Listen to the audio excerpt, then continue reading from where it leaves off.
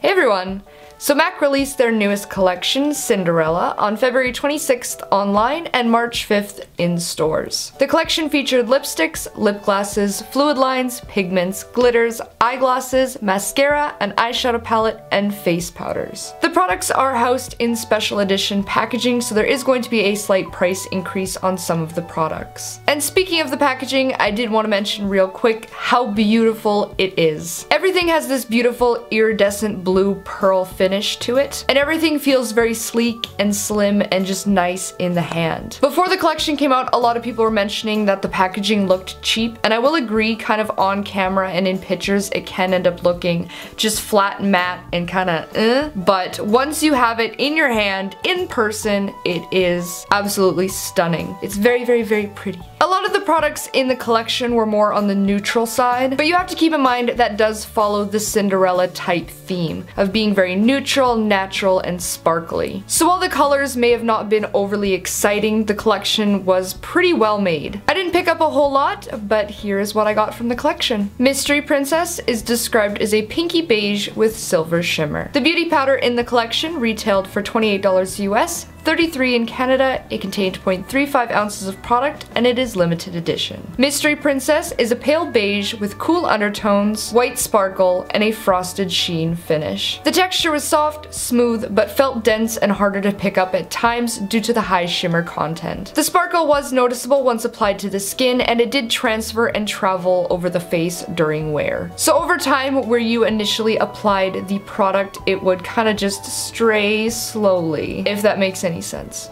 It left a sparkly, frosted sheen to the skin that didn't emphasize the look of pores or imperfections. Mystery Princess wore well for 7.5 hours. The other face powder in the collection is Coupe de Chic, and it is described as a light golden peach with solid shimmer. The iridescent powder in the collection retailed for $28 US, $33 in Canada. It contains 0.28 ounces of product, and it is limited edition. Coupe de Chic is a light pink peach with warm undertones and a golden sparkle. Once again, the texture was soft, smooth, but felt dense at times and was harder to pick up due to the high shimmer content. The sparkle was highly noticeable once applied to the skin, but again, it did travel over time. It left a frosted, almost metallic sheen to the skin that did lightly emphasize imperfections, and depending on how aware you are of enlarging your pores, it may end up doing that. Personally, enlarged pores isn't really an issue for me, and I didn't notice this happening on my skin. Coupe de Chic wore well for 7 hours. The two pigments in the collection are Evil Stepmother, which is described as a black plum with plum pearl, and Pretty It Up, which is described as a gold. The pigments in the collection retail for $24 US, $29 in Canada. They contain 0.15 ounces of product, and they are limited edition. Evil Stepmother is a deep blackened purple with cool undertones, pink shimmer, and a matte finish. The texture was on the drier side, but it was very fine and smooth. When applied dry, this pigment was uneven, had okay pigmentation, and the shimmer was less noticeable since it didn't adhere to the skin. When applied wet, it was more opaque, pigmented, and had a more noticeable pink sheen and sparkle. This pigment is absolutely beautiful when used wet, but it does become more difficult to blend out. This shade was troubling to work with at times, but it lasted 7 hours before fading. Pretty It Up is a medium to dark golden bronze with a slight olive shift, warm undertones, and a metallic finish. The texture was chunkier, but it broke down easily, smoothly, and blended out nicely. When applied dry, it was mostly opaque, and when this pigment was applied wet, it was opaque, fully pigmented, and had a strong metallic finish. This shade lasted 9 hours before fading. And I did want to make note that I did previously own this shade from the Objects of Affection pigment sets this past holiday, so this pigment may vary from collection to collection. The glitter that released in the collection is Reflex Pearl, and it is described as a very fine particle white glitter with pearl sheen. It retailed for $23 US, $28 in Canada. It contains 0.15 ounces of product, and it is part of the permanent collection. Reflex Pearl is a very fine white glitter. It gives off a very nice wet pearl sheen look when this glitter is applied more concentrated with a glitter base. This glitter doesn't adhere to skin very well, and it does tend to stray and travel during wear, so an adhesive like my personal favorite, the Lit Cosmetics Clearly Liquid Glitter Base, is recommended for a cleaner, more intense application. And I do want to make note that this glitter technically isn't safe for the eyes, and it isn't recommended intended for use in that area. I am going against that and wearing it on my eyes today with the Lit Glitter Adhesive Base. But if you're not feeling rebellious and you do want to stick to the guidelines that MAC provides, they say that their glitters can also be used on the face, skin, hair, and nails. So there's some ideas for you. And that completes it for the MAC Cinderella collection. Be sure to let me know your thoughts about it in the comments below.